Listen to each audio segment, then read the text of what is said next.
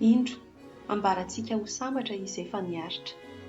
Efa renareo ny fiaretan'izao ary hitanareo ny anjara nomeny Tompo azy tamin'ny farany.